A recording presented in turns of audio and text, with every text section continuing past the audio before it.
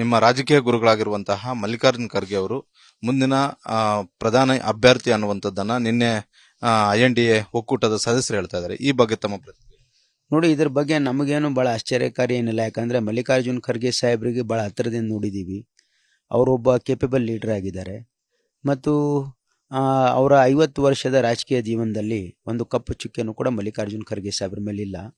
ಅವರು ನಡ್ಕೊಂಡಿರ್ತಕ್ಕಂಥ ರೀತಿ, ಅವ್ರಿಗಿರ್ತಕ್ಕಂಥ ಕಮಿಟ್ಮೆಂಟು ಖಂಡಿತವಾಗಿಯೂ ಈ ದೇಶದ ಪ್ರಧಾನಿ ಆಗ್ತಕ್ಕಂಥ ಅರ್ಹತೆ ಅವರಲ್ಲಿದೆ. ಹಾಗಾಗಿ ಎಲ್ಲ ಪಕ್ಷದ ನಾಯಕರು ಕೂಡ ಇವತ್ತು ಇಡೀ ದೇಶ ಮಲ್ಲಿಕಾರ್ಜುನ್ ಖರ್ಗೆ ಸಾಹೇಬ್ರ ಪ್ರತಿಭೆ, ಅವ್ರ ಕಮಿಟ್ಮೆಂಟು, ಅವರ ಈ ಪ್ರಜಾಪ್ರಭುತ್ವ ವ್ಯವಸ್ಥೆಯಲ್ಲಿರ್ತಕ್ಕಂಥ ಅವ್ರ ನಂಬಿಕೆ ಮತ್ತು ಐಡಿಯಾಲಜಿಗೆ ಅವರು ಇರ್ತಕ್ಕಂಥ ಕಮಿಟ್ಮೆಂಟನ್ನು ಇಡೀ ದೇಶ ಇವತ್ತು ಗುರುತಿಸ್ತಿದೆ ಅಂತಕ್ಕಂಥದ್ದು ಈ ಒಂದು ಅವರ ನಮ್ಮ ಅಪೋಸಿಷನ್ ಲೀಡರ್ಸು ಅಂದರೆ ಬೇರೆ ಬೇರೆ ಪಾರ್ಟಿ ಚೀಫ್ ಮಿನಿಸ್ಟರ್ಸ್ ಹೇಳ್ತಾ ಇದ್ದಾರೆ ಅಂತಕ್ಕಂಥದ್ದು. ಇದು ಭಾಳ ಹೆಮ್ಮೆಯ ವಿಷಯ. ನಮ್ಮ ಕರ್ನಾಟಕ ರಾಜ್ಯದಲ್ಲಿ ಇಂಥ ಒಬ್ಬ ಪ್ರತಿಭಾವಂತ ಮತ್ತು ಧೀಮಂತ ನಾಯಕರಿದ್ದಾರೆ ಅಂತಕ್ಕಂಥದ್ದು ಕರ್ನಾಟಕಕ್ಕೇನೆ ಅದು ಹೆಮ್ಮೆ ವಿಷಯ. ಸರ್, ಒಂದು ಕಡೆ ಮಲ್ಲಿಕಾರ್ಜುನ್ ಖರ್ಗೆ ಅವರ ಹೆಸರು ಪ್ರಸ್ತಾಪ ಆಗಿದ್ದ ತಕ್ಷಣವೇ ರಾಹುಲ್ ಗಾಂಧಿ ಜೀರೋ ಅನ್ನುವಂತ ಒಂದು ಹೇಳಿಕೆಯನ್ನ ಬಿಜೆಪಿ ನಾಯಕರು ಕೊಡ್ತಾ ಇದ್ದಾರೆ. ನೋಡಿ, ಇದೊಂದು ಬಹಳ ತಪ್ಪು ಕಲ್ಪನೆ. ಯಾಕಂತಂದ್ರೆ ಮಲ್ಲಿಕಾರ್ಜುನ್ ಖರ್ಗೆ ಸಾಹೇಬರು ಖಂಡಿತವಾಗಿಯೂ ಕೂಡ ಈ ಕಾಂಗ್ರೆಸ್ ಪಕ್ಷದ ಅಧ್ಯಕ್ಷರಿದ್ದಾರೆ.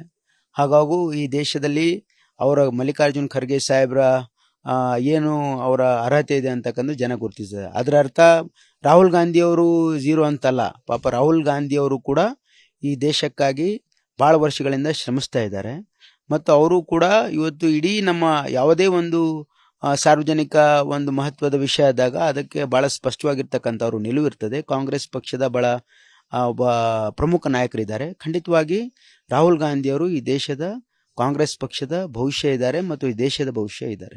ನಿಮ್ಮ ರಾಜಕೀಯ ಗುರುಗಳಾಗಿರುವಂತಹ ಮಲ್ಲಿಕಾರ್ಜುನ್ ಖರ್ಗೆ ಅವರು ಮುಂದಿನ ಪ್ರಧಾನಿ ಅಭ್ಯರ್ಥಿ ಅನ್ನುವಂಥದ್ದನ್ನ ನಿನ್ನೆ INDA ಒಕ್ಕೂಟದ ಸದಸ್ಯರು ಹೇಳ್ತಾ ಇದ್ದಾರೆ. ಈ ಬಗ್ಗೆ ತಮ್ಮ ಪ್ರತಿಕ್ರಿಯೆ ನೋಡಿ. ಇದ್ರ ಬಗ್ಗೆ ನಮಗೇನು ಬಹಳ ಆಶ್ಚರ್ಯಕಾರಿ ಏನಿಲ್ಲ. ಯಾಕಂದ್ರೆ ಮಲ್ಲಿಕಾರ್ಜುನ್ ಖರ್ಗೆ ಸಾಹೇಬರಿಗೆ ಬಹಳ ಹತ್ತಿರದಿಂದ ನೋಡಿದ್ದೀವಿ. ಅವರೊಬ್ಬ ಕೇಪಬಲ್ ಲೀಡರ್ ಆಗಿದ್ದಾರೆ ಮತ್ತು ಅವರ 50 ವರ್ಷದ ರಾಜಕೀಯ ಜೀವನದಲ್ಲಿ ಒಂದು ಕಪ್ಪು ಚುಕ್ಕೆನೂ ಕೂಡ ಮಲ್ಲಿಕಾರ್ಜುನ್ ಖರ್ಗೆ ಸಾಹೇಬ್ರ ಮೇಲಿಲ್ಲ. ಅವರು ನಡ್ಕೊಂಡಿರ್ತಕ್ಕಂಥ ರೀತಿ, ಅವ್ರಿಗಿರ್ತಕ್ಕಂಥ ಕಮಿಟ್ಮೆಂಟು ಖಂಡಿತವಾಗಿಯೂ ಈ ದೇಶದ ಪ್ರಧಾನಿ ಆಗ್ತಕ್ಕಂಥ ಅರ್ಹತೆ ಅವರಲ್ಲಿದೆ.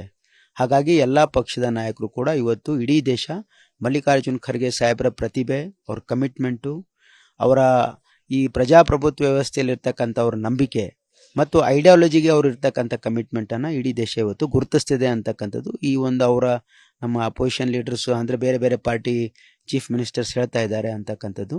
ಇದು ಭಾಳ ಹೆಮ್ಮೆಯ ವಿಷಯ. ನಮ್ಮ ಕರ್ನಾಟಕ ರಾಜ್ಯದಲ್ಲಿ ಇಂಥ ಒಬ್ಬ ಪ್ರತಿಭಾವಂತ ಮತ್ತು ಧೀಮಂತ ನಾಯಕರಿದ್ದಾರೆ ಅಂತಕ್ಕಂಥದ್ದು ಕರ್ನಾಟಕಕ್ಕೇನೆ ಅದು ಹೆಮ್ಮೆ ವಿಷಯ. ಸರ್, ಒಂದು ಕಡೆ ಮಲ್ಲಿಕಾರ್ಜುನ್ ಖರ್ಗೆ ಅವರ ಹೆಸರು ಪ್ರಸ್ತಾಪ ಆಗಿದ್ದ ತಕ್ಷಣವೇ ರಾಹುಲ್ ಗಾಂಧಿ ಜೀರೋ ಅನ್ನುವಂತ ಒಂದು ಹೇಳಿಕೆಯನ್ನ ಬಿಜೆಪಿ ನಾಯಕರು ಕೊಡ್ತಾ ಇದ್ದಾರೆ. ನೋಡಿ, ಇದೊಂದು ಬಹಳ ತಪ್ಪು ಕಲ್ಪನೆ. ಯಾಕಂತಂದ್ರೆ ಮಲ್ಲಿಕಾರ್ಜುನ್ ಖರ್ಗೆ ಸಾಹೇಬರು ಖಂಡಿತವಾಗಿಯೂ ಕೂಡ ಈ ಕಾಂಗ್ರೆಸ್ ಪಕ್ಷದ ಅಧ್ಯಕ್ಷರಿದ್ದಾರೆ.